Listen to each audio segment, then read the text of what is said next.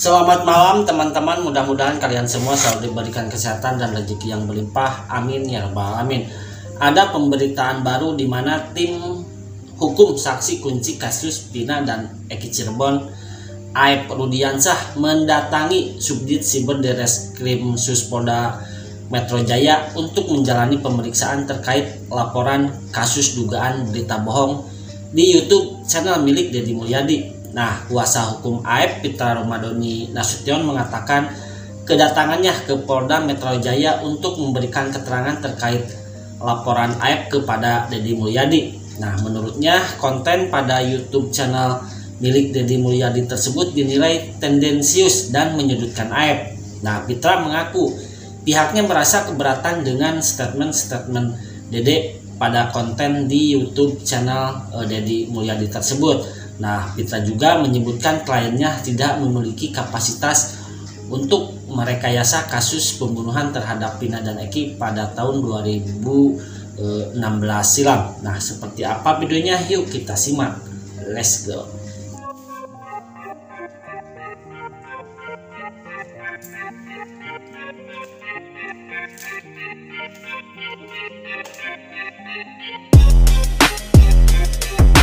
Pertama, hari ini kita akan melakukan berita acara pemeriksaan terhadap laporan kita terkait dengan konten di mana di situ ada pembicaranya Deddy Mulyadi dan Dede ya di akun YouTube Kang Deddy Mulyadi Channel ya. Di mana konten-konten tersebut isinya semua adalah konten yang tendensius menyerang harkat dan martabat klien kami Aep Rudiansah.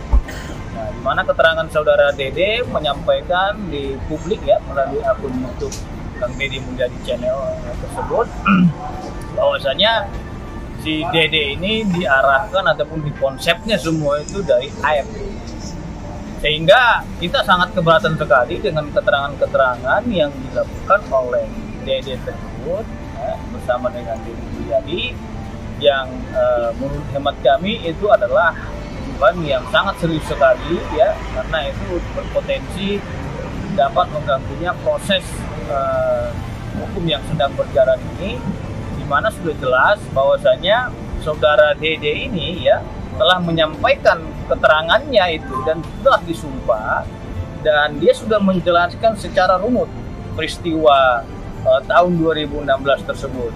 Nah, sekarang dia ingin menyerang saudara Aep dengan menyebut bahwasanya itu adalah rekayasa ataupun konsep daripada Aep. Bagaimana mungkin seorang Aep itu yang tidak mempunyai kapasitas ataupun kewenangan apapun dalam hal dari segi materi ataupun finansial bisa merekayasa kasus ataupun mengkonsep kasus sedemikian rupa. Itu adalah hal yang tidak masuk akal dan itu mustahil dilakukan oleh seorang Aep. Maka dari itu kita melaporkan mereka ini dengan pasal penyebaran berita bohong. Akibat tindakan-tindakan mereka yang telah melakukan penyebaran berita bohong ini, banyak terjadi kerusuhan di mana-mana. Contohnya aksi demonstrasi di Polresta Cirebon ya, ada di Polsek juga, dan ada juga klien kami bernama Abdul Pasden, rumahnya didatangi oleh beberapa orang yang melakukan aksi unjuk rasa demonstrasi tersebut, dan mereka unjuk rasa ini sangat kisruh sekali karena bakar-bakar ban gitu loh. Artinya apa? Ini tidak bisa kita diamkan dan ini tidak bisa kita berikan toleransi kepada mereka karena sudah menyerang harkat dan martabat warga sipil di sini, khususnya Aep seperti itu. Nah, Deddy Mulyadi juga mengaku santai dengan laporan yang disampaikan oleh Aep terhadap dirinya. Nah, namun Deddy Mulyadi mengatakan sebelumnya melaporkan dirinya ada baiknya Aep pun diperiksa terlebih dahulu oleh Mabes Polri setelah sebelumnya dilaporkan keluarga terpidana Vina Cirebon. Nah, Deddy Mulyadi menantang Aep usai dirinya dilaporkan ke polisi dan ia menyebut memiliki data tentang Aep. Nah, menurut Deddy Mulyadi data yang dimilikinya itu akan membuat Aep mati kutu dan tidak bisa berbuat apa-apa. Nah, Deddy Mulyadi menyinggung soal penampilan Aep yang kerap menggunakan masker. Nah, saat diwawancarai, dan dia pun seolah menantang Aep agar tak main-main dengannya. Nah, Deddy Mulyadi masih dengan tegas meminta agar ketujuh terpidana kasus pembunuhan Vina dibebaskan. Dan berikut adalah video Deddy Mulyadi dengan Dede soal dilaporkannya Dede dan Deddy Mulyadi oleh Aep. Seperti apa videonya? Yuk kita simak. Let's go. Kan kemarin Polda Metro Jaya sudah mengumumkan, ya kan, saya dan Dede dilaporkan atas tuduhan Dede menyampaikan berita bohong di akun YouTube saya, dan saya menyebarkannya yang mengakibatkan kerugian pada Aep, ya kan. Nah, kemudian kalau yang kasus Dede kan, kasus Dede dulu sudah dilaporin sama Aep sebelum Dede datang ke Bapak kan, yaitu dugaan kesaksian palsu. Itu sudah meningkat ke tingkat penyelidikan. Saksi-saksi yang dari kabupaten, yang dari Cirebon itu sudah 10 orang diperiksa sebagai saksi pelapor, kan? Artinya Dede itu menghadapi 2 atau bisa jadi kalau dilaporin Polda Jabar ada 3, ya kan? Ada 3. Kalau saya menghadapi 2 Polda, mungkin ya Polda Jabar dan mungkin Polda Metro Jaya ya. Kemudian kalau di Bareskrim, artinya kan kalau Dede yang paling berat menurut saya yang di Bareskrim, gitu ya.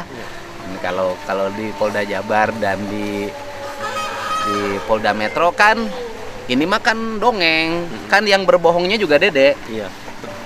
Ya kan ya? Iya. 2016 kan Dede berbohong. Iya.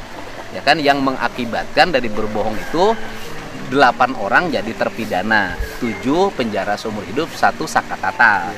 Kan dari berbohong Dede dan Aep itu kan gitu loh. Nah, yang berbohongnya sudah ngaku. Kan Dede berbohong. Iya. Sudah ngaku di akun YouTube saya. Iya. Dede teh berbohong. Sudah ngaku kan? Sudah ngaku. Sekarang dilaporkan karena Dede berbohong, menyebarkan berita bohong. Padahal Dede teh di akun YouTube saya itu menyampaikan bahwa saya pernah berbohong. Jadi mana yang benar? Ini sebenarnya ada yang janggal. Kan Aep di akun YouTube saya yang dulu ketika ada penangkapan terhadap Peggy, kan Aep ngaku tuh bersiap bersumpah, pakai Quran siap bersumpah, saya melihat Peggy. Bener tuh Aep? Iya. Dek, bener. Saya melihat Peggy, ada tuh akunnya juga, ramai sekarang nyebar di mana. Saya melihat Peggy, itu kan. Saya melihat Peggy di situ. Terus yang mengejar 8. Yang mengejar 8.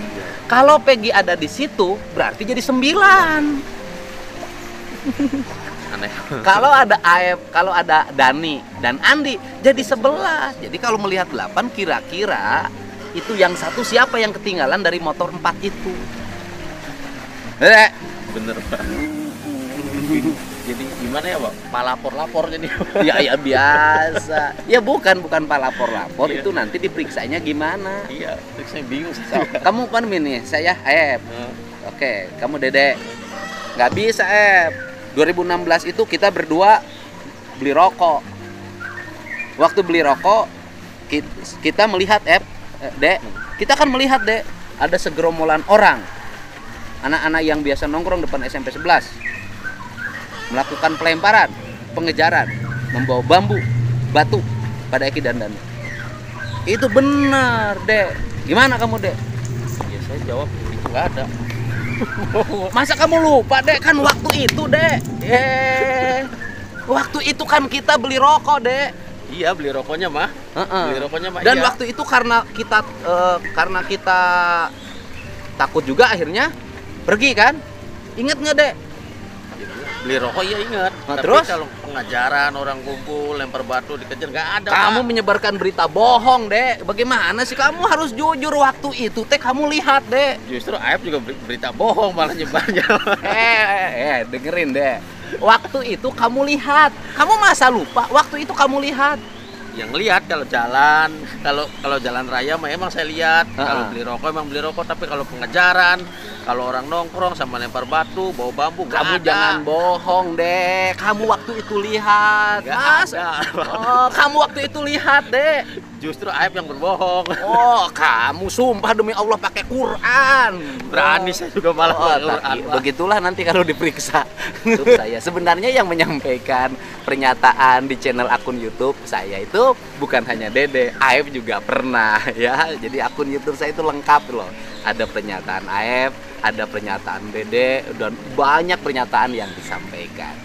Nah, kemudian pada akhirnya saya menjadi orang yang terlapor dan ya itu adalah resiko yang harus saya hadapi. Insya Allah lah kita akan datang kalau dipanggil, dan kita akan menyampaikan apa yang maksud dan tujuan saya menampilkan channel YouTube, akun YouTube, menyampaikan berita atau informasi itu. Dan seluruh berita dan informasi yang sampaikan sebenarnya sudah kami jelaskan kemarin di PK-nya Sakatata di Pengadilan Negeri Cirebon. Itu sudah jelas kok maksud tujuan. Kasus pembunuhan ini hanya memiliki alat bukti berupa saksi, ya, alat bukti mandau. Menurut saya tidak ada sidik jari, tidak ada apapun, ya.